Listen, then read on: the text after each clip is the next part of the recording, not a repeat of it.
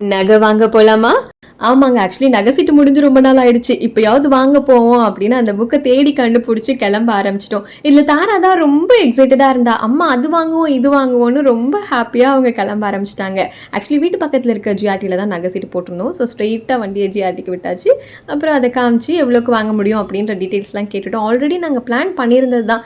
பாப்பாக்கு தான் வாங்கணும். ஒரு கை செயினும், கம்மலும் வாங்கணும்னு பிளான் பண்ணியிருந்தோம். நெறைய டிசைன்ஸ்லாம் புடிச்சிருந்தது. பட் பாப்பாக்கு எது கிழிக்காம இருக்குமோ அந்த மாதிரி வாங்கிட்டு, ஒரு குட்டி கம்மலும் வாங்கணும். அதுக்கே டைம் ஆயிடுச்சு.